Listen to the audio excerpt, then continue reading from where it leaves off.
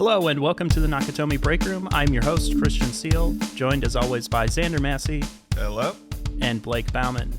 Hello, hello. We are three working stiffs in the film industry who love movies. I work in visual effects, Zander has a background in film finance and distribution, and Blake works in feature animation. Here we talk about the art, business, and culture of cinema. All right, so The Northman is a Viking prince's tale of revenge. Did you guys take your shrooms? Oh, yeah, for sure, for sure. I do every day. It goes in my cereal. For those of you listening, we are wearing bear skins, and we are bloodthirsty.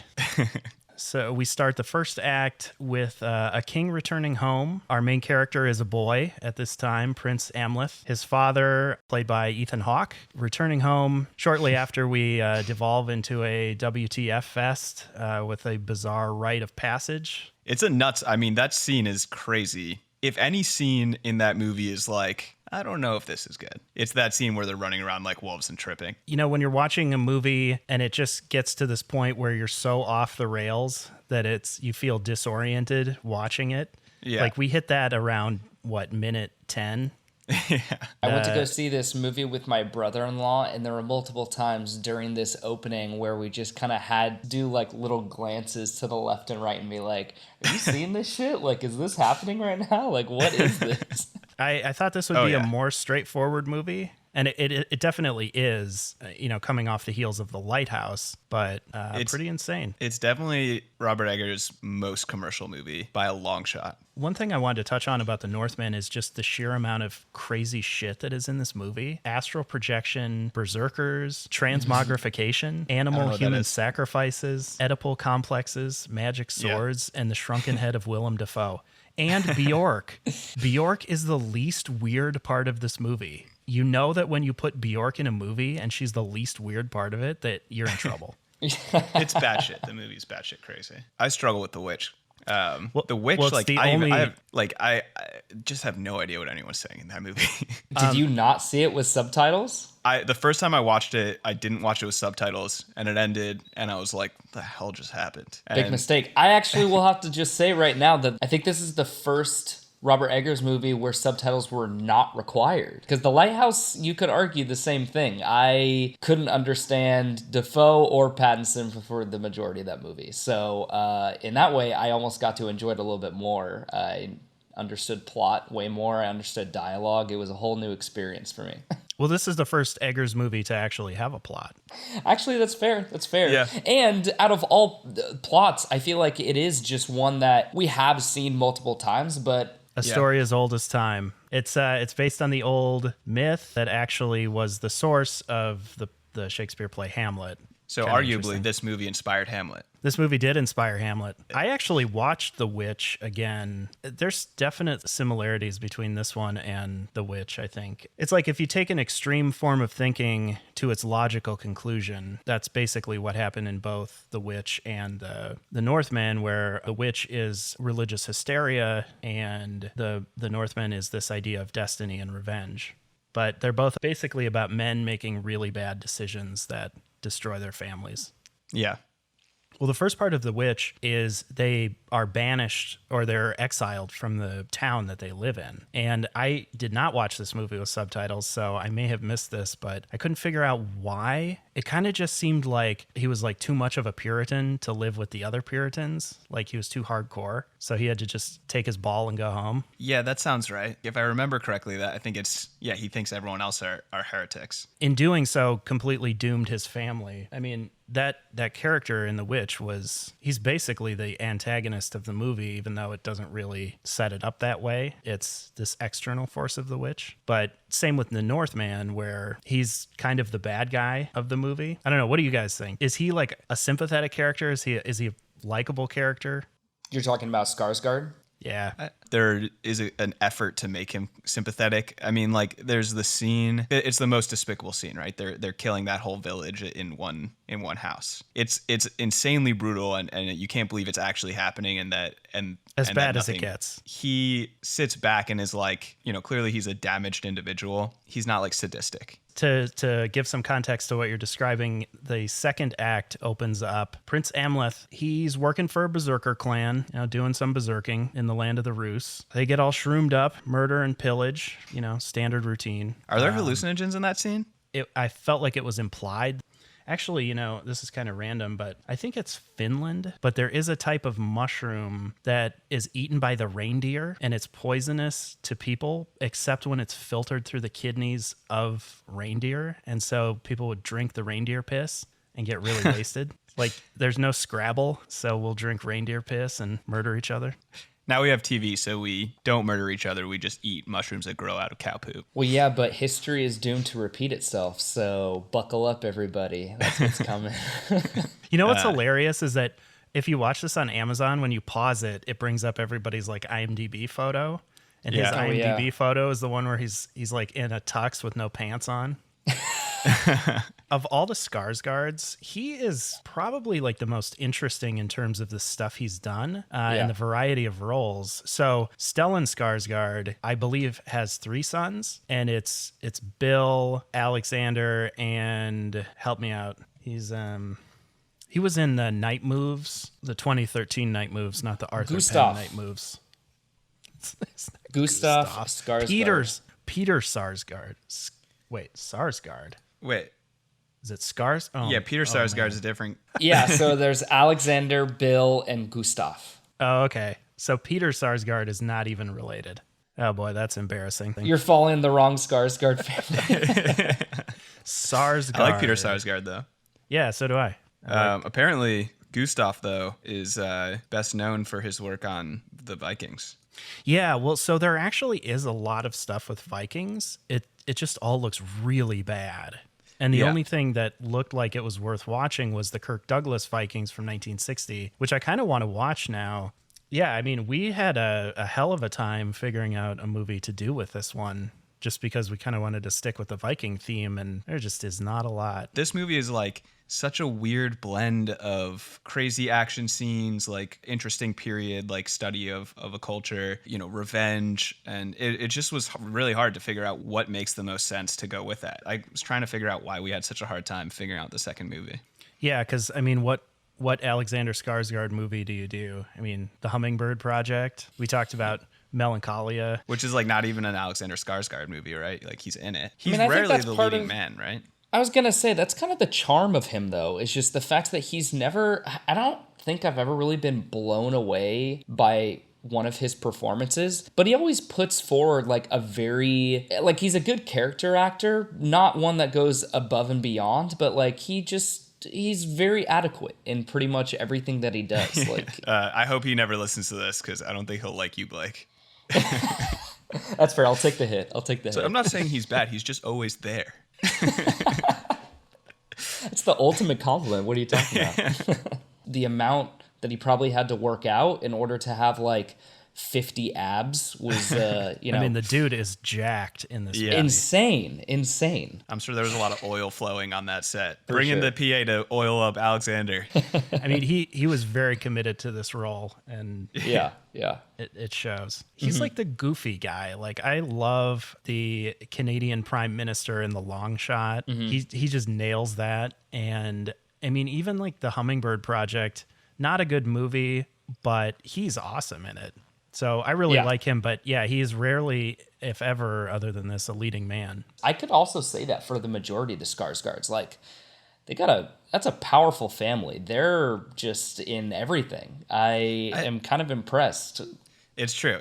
They're a dynasty. I kind of forgot how fantastic Eggers can get. Every one of his movies have fantastic elements. In this movie, there are quite a few fantastic elements, but it really is about the revenge against the man who killed his father. The Northman, I think, the fantastic elements are better tied into the movie itself. Yeah, I would agree.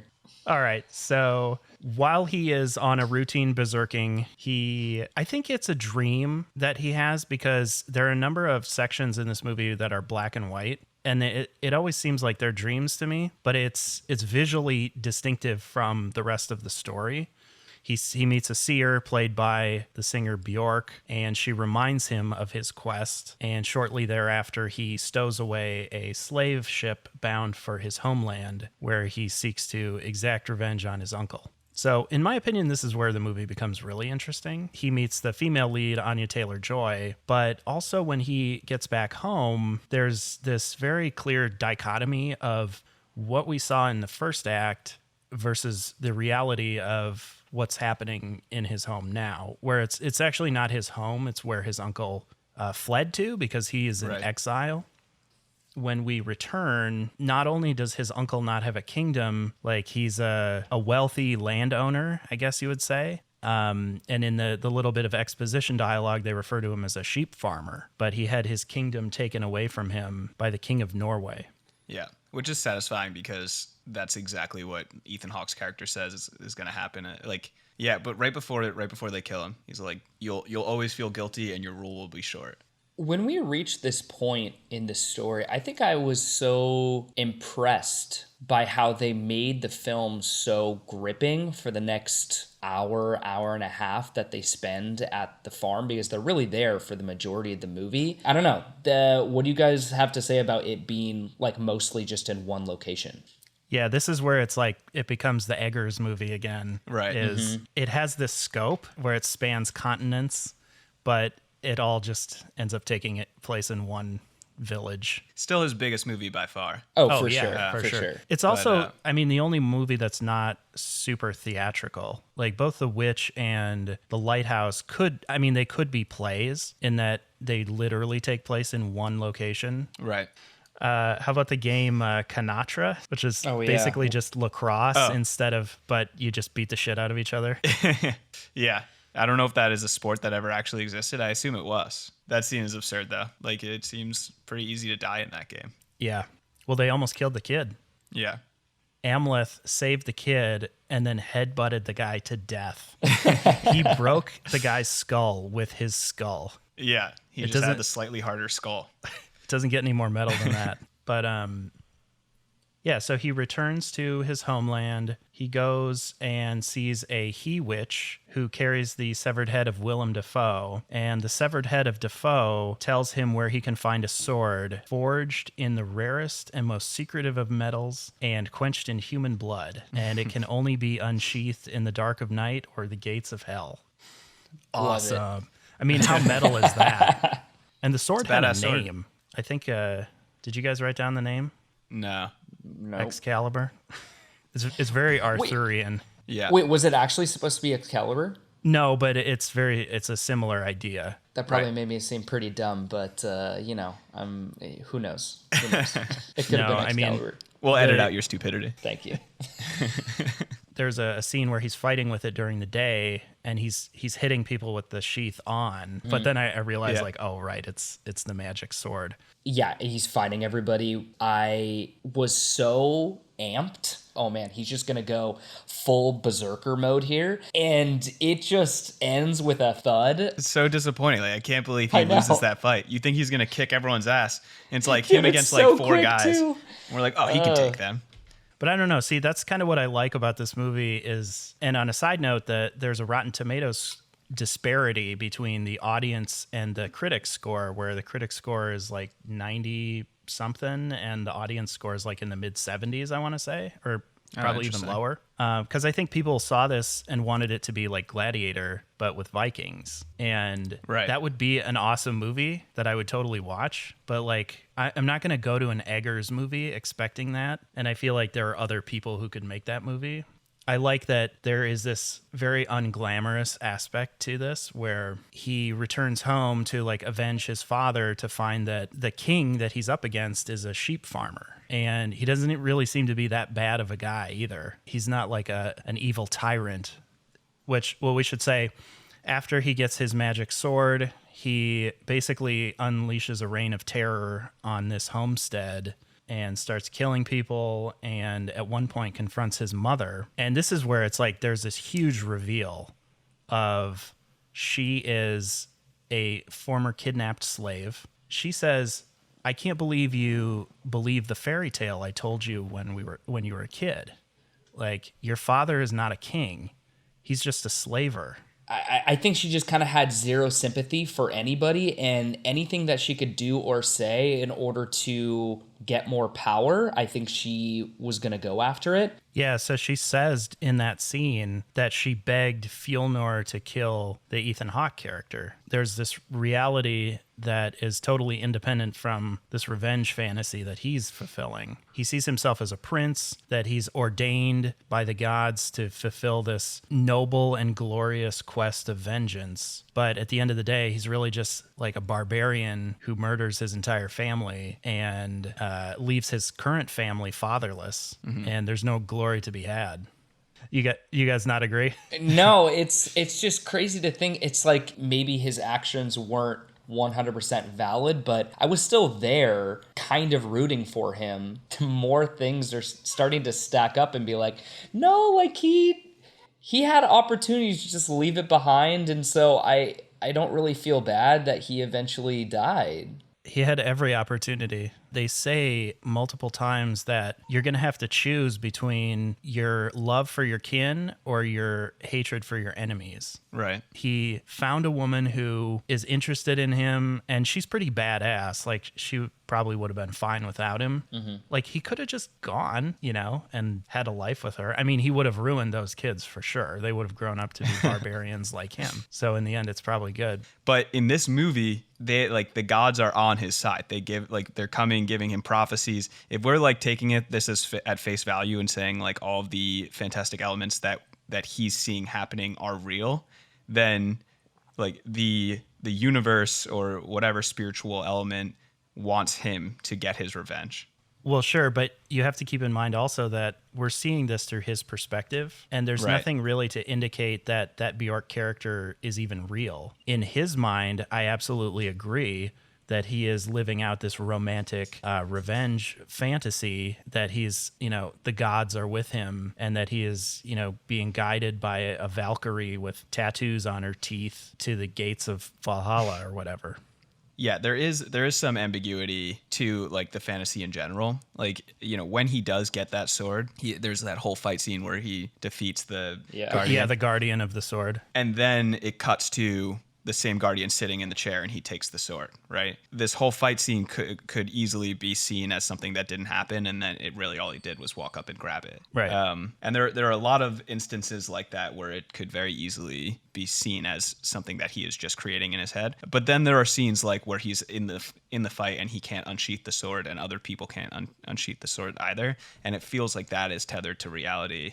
Yeah, so and this is where I feel like this movie is a little more sophisticated than a movie like The Witch, where The Witch entirely takes place in the reality of the movie. There's nothing that could be construed as ambiguous. The witch in The Witch kidnaps the infant and kills it. But in the reality of a story like that, because The Witch is, as the title card says, a folk tale, what is that really? Well, the child died from natural causes because infant mortality was super high in Elizabethan times.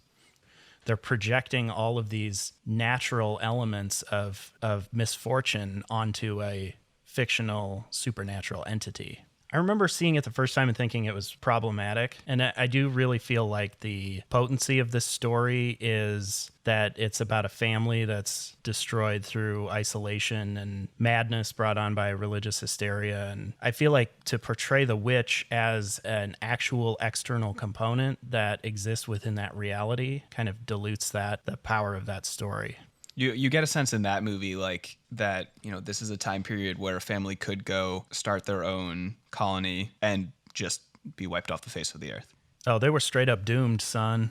The second they left the plantation, they were done. Do you think, though, that there should have been more elements of the myth in Northman, though, just because I think there were only 2 select moments where you really dipped into that. It was the Guardian scene and then the conversation with Bjork. Yes. And anytime he has the vision of the family tree, that's very much could be in his head. And the Valkyrie, when the Valkyrie's flying him to Valhalla. I think there's a few of them. Okay. This movie has the annoying movie trope of the protagonist is effortlessly able to defeat countless minions in his journey, and then only to be defeated by a feeble old man at the end. Yeah. I gotta like call you on the feeble old man element because that guy's just jacked. It's very unexpected. Yeah. Well, the Claes Bang character didn't appear. I mean, we never really saw him doing anything that would warrant him being jacked. Kind of just seemed like he wandered around and, had his pick of the women in their quarters. Yeah. He actually comes off in the second part of the movie more as a peaceful guy than anything else. Like he's not a conqueror and he's not obsessed with glory the way the Ethan Hawke character was. And it's kind of an interesting thing that he seems to pray to the god Freya, who is a god of fertility and love, where the Northman and the Ethan Hawke character pray to the god of Odin, who I think is a more vengeful god. I'm not super up on Norse mythology, but I found that kind of interesting that he almost seemed like he was more of a peaceful guy and is all about the love. Eggers always strives for authenticity with his movies. In the case of The Lighthouse, either just a pure allegory. In the case of The Northman and The Witch, very much almost like high budget fairy tales. And because of the fact that there are no real characters, they're kind of archetypes, and these stories don't really have plots either. They have that kind of empty feeling. Yeah. And I don't mean that as a dig on Eggers, because I think, I mean, I've heard him in interviews and he said that he's trying to make these movies without judgment or imparting his own opinion on things. But I guess the question is at that point, what's the point? Yeah. In particular, The Lighthouse. Yeah. I mean, they're very spectacular and very big, but they don't really say anything. And I think it's funny because he fancies himself as very non-Hollywood. I've heard him in interviews saying the last time I was here was for The Witch, and I get out the second I can. To make a big spectacular movie that's all about nothing is about as Hollywood as it gets. Yeah, that's true. It's just a different kind of nothing. Yeah. I mean, I'm joking, of course, but yeah, no, I mean he's not making a statement. See, I think he's saying a lot more than he realizes. Yeah. I think these are very anti-dogmatic movies and almost, I don't want to say cynical, but very skeptical movies. I see The Northman as almost like an anti-revenge movie. I think he's playing out this idea to its logical conclusion. I think if you were to ask Eggers, are you pro-vengeance? I don't think he'd be yeah. Yeah. I mean, maybe if he was able to speak in the language of The Witch, he'd do a better job of communicating what the meaning of the movie was. Yeah, and I think The Witch is the same, where I think that is very much a movie about this system of beliefs that this family has that is so extreme that it just tears them all apart. Right. And it isolates them from the outset of the movie. It ultimately causes their demise because they all turn against each other for fear that, one is a witch. And I mean, I would highly doubt that Eggers is a religious person just based on the movie The Witch. I wouldn't say it's an anti-religious movie, but I would say it feels very anti-dogmatic to me. Yeah. Yeah, I think that's an interesting point. I can't imagine someone who was religious would make that movie. It really doesn't portray the Puritans in a very good light. I mean, they just seem like horrible, miserable people without an ounce of joy in their life. I mean, she sold her soul for the taste of butter. Butter is pretty good, though. Yeah, that's true. I guess if I had to live without butter, I'd probably murder my whole family too. If I couldn't live deliciously. Eggers, I think, is a rare talent that we really need filmmakers like this making these movies, especially in this day and age. I think kind of makes it a bummer that it did not do well. People just didn't show, which is kind of a bummer because I just think that will eventually lead to studios not greenlighting movies like this. Is it a Searchlight movie? The domestic distributors Focus Features. So Uni? Yeah, so this movie like I believe had a budget of $90 million. I feel like that was the number that I heard with this. Okay. And at the time that we're recording on Box Office Mojo, it lists the worldwide gross as $66 million. Most movies theatrically are like a big commercial for your subscribing service. I used to look at before working in like strategy and analysis, I would look at box office numbers and be like, oh, too bad that movie didn't work. I think a movie like this probably could easily make its money back in its 10-year life cycle and could benefit Well, I purchased this on Amazon, and I think you did too. Yeah, that's true. Right, and I paid $20 to purchase it on Amazon, so that's money. I just see the studio just trying to find reasons to not try to make another big movie like this. I don't know. Maybe that's just me being a little pessimistic, but as much as I would like to see more movies like this, I just don't see studios just like gawking to find more movies like The Northman. Like it's definitely more of a niche market. It's interesting because what did they really expect when you're following a movie like The Lighthouse, which The Lighthouse is almost like not even a movie in the narrative sense. Like it's like cinematic art. It's like an experience. So The Lighthouse made 18 million worldwide gross. Yeah, honestly, 18 is more than I would have expected. I mean, they had to have seen from the very beginning that this was going to be a gamble. Yeah. So these movies are very clearly very authentic, and Eggers strives for authenticity in all his movies. I remember watching The Witch and feeling like it was almost kind of doing a disservice to the story. Like it's tripping over the authenticity at times. Mm-hmm. Yeah, I mean, like once you know what you're getting yourself into with Eggers and you know that this is like a visionary director, it's a lot easier to digest. I really like to picture Eggers like hunched over in a cottage in New England, like writing this movie on a typewriter, wearing a bear skin, like, lit by the candle made from the rendered fat of his vanquished enemies. Went full method. Yeah, possessed by metal. the ghost of Amleth. On the topic of metal and extremely metal things, there was this whole movement in the late 90s, Norwegian black metal, and there's a great documentary on those guys. It's crazy stuff. It's called Until the Light Takes Us. There's a movie from 2018 called Spell, not to be confused with the 2020 movie Spell, that is about an American who travels to Iceland after the suicide death of his girlfriend and gets wrapped up in this medieval Icelandic sorcery. It's not bad. I feel like metal is a good transition into Blue Ruin. But yeah, I'm really glad we did this. Blue Ruin, 2013, Jeremy Saulner's neo-realist gem. This has to be the most unglamorous revenge movie ever made. Yeah, starting with Macon Blair, who's just like the most normal ass looking dude. And it's in the best way. Like he's just so watchable, but he is just a normal looking guy. Okay, so Dwight is a bearded man played by Macon Blair. He's living out of his car somewhere on the Delaware coast and receives some mysterious news from a friendly local police officer. And as we follow Dwight in his ungraceful quest for revenge, we learn that he is the broken shell of a man who died years ago when his parents were murdered by a member of the Cleland family. And we really don't know anything about Dwight before the death of his parents, but we can see the damage that it's done to him. I noticed that when we see his car in the beginning, when it's parked and he's kind of made a tent out of it, it's riddled with bullet holes. I don't know if you guys caught this, if they ever say it in the movie, but was that the car that his parents were killed in? I mean, they talk about the car being registered to the house where the sister's living, and it seems like that might be their house they grew up in as kids. Yeah, that was the impression that I got. So that tracks. I did not pick up on that at all. That adds like an extra element to it, though, considering that like it's just obviously like so important to him. Yeah. Yeah, that's cool. I like that. So this is almost like the antithesis of a badass revenge movie. I love in the beginning when he is like trying to start out on his quest and he steals the gun and then he ends up like breaking it, trying to get the lock off and just ends up throwing it away. It's just such a great, like, it's a great did moment. you think this was going to be badass? It's like, no. Yeah.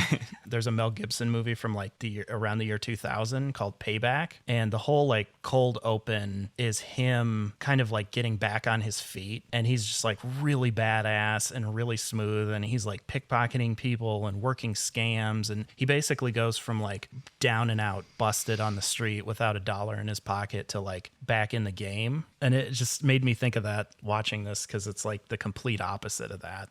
Yeah. Like he couldn't be more not in the game. So with Dwight's story, he follows the guy out of jail to a bar where they're having a party and he kills him in the bathroom in the least tactful revenge ever. Yeah. The violence in this movie is like really graphic and I feel like believable. And that scene where he stabs him in the head and the guy's just like lying on the floor, like blinking involuntarily is so disturbing. Oh yeah. Like Saulnier likes to do like this person's basically dead, but there's still something going on upstairs thing. Like you see him use that in a few different movies, which is always just so disturbing. He's a master of suspense and another great filmmaker. And you see little bits of this in Blue Ruin with like the scene where he's in his sister's house at night and he's hiding behind the couch. And you see him really like take that to the next level in his follow-up, which was Green Room. I saw that Sundance and it's gripping. It's incredibly gripping. Yeah. It's a simple concept and it's so cohesive. Its production value is way better than Blue Ruin. I mean, it's just more of a crowd pleaser. It's like, you know, it's not just this kind of sad story about a broken man trying to get revenge. It's like they're a punk band fighting evil Nazis and Patrick Stewart is the main villain. And there's like a lot of movie type stuff in Green Room that make it more digestible, I guess. Yeah. Mm-hmm. Also, another example of something that's so well contained doesn't take away from the fact that it's extremely suspenseful for the entire time. Yeah, no, totally. So he murders the guy in the bar, and he's so bad at it that he leaves his car keys and I'm sure other evidence that results in the entirety of the remaining Cleland family coming out against him. He's got the whole Cleland family after him. He meets up with his friend, who is a survivalist / gun nut who kind of trains him, but mostly just hooks him up with a really high gauge shotgun. I feel like his friend is what Europeans think of as Americans. Overweight and obsessed with guns. They have the great line, the one with the gun gets to tell the truth. Yeah, that is a good line. I mean, do we see Dwight as kind of a sympathetic character? I would say no. But I would also not say that Amleth is a particularly sympathetic character either. There's not a lot of likable qualities in a man who's just bent on revenge, in my opinion. Yeah, like it's worth distinguishing the difference between a sympathetic character and a central character. You're on board for a wild ride, but not necessarily rooting for the guy.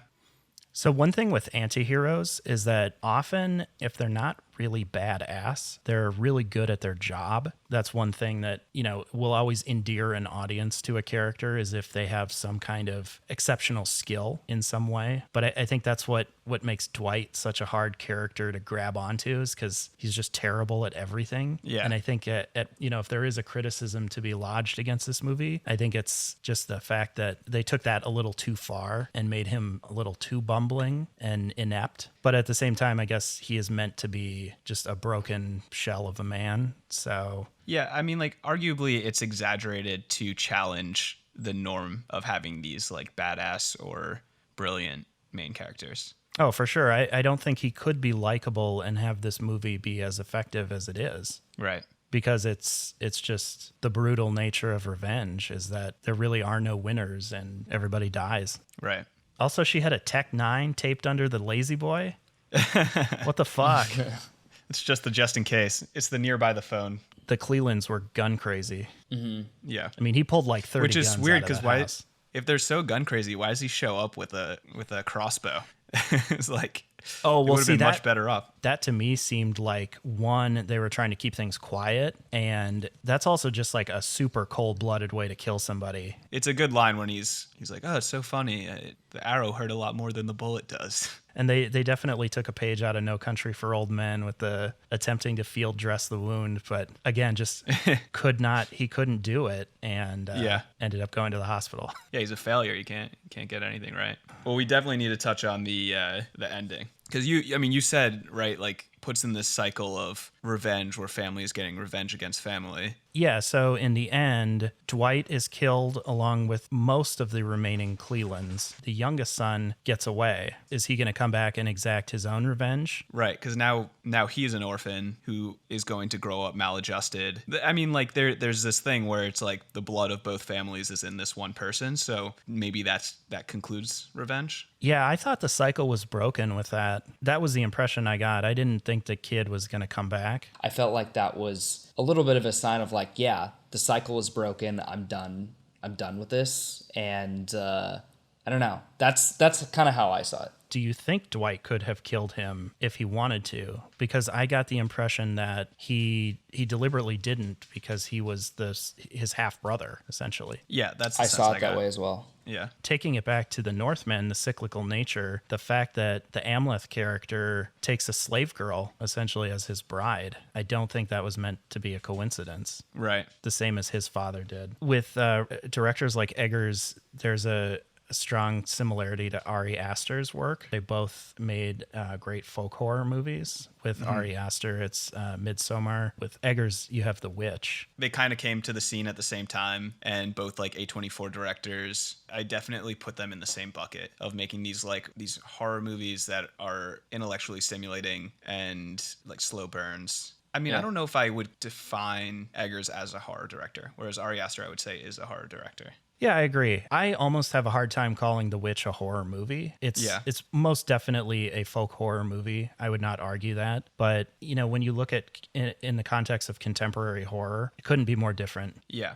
They take big risks, and they also all are like multidisciplinary, many hats kind of guys. Yeah, I think the risks is that's the key. That's a good point, because both Ari Aster and Eggers are probably two of the most ambitious directors working today that I can think of. You take big swings, sometimes you miss, and I'm okay with that. I'll say Saulnier has a movie that doesn't work. Yes. Speaking of big swings and a miss, Hold the Dark. So Zander and I both separately watched this movie recently. And I forgot that Alexander Skarsgård was in it. So that was kind of a happy accident. He basically plays the same character as Amleth. He just kills everybody. Thank you for listening. This has been the Nakatomi Break Room. I am your host, Christian Seel, joined as always by Zander Massey, Blake Bauman, and the three of us would like to say the password is Fidelio. Is it Fidelio? Fidelio? Fidelio?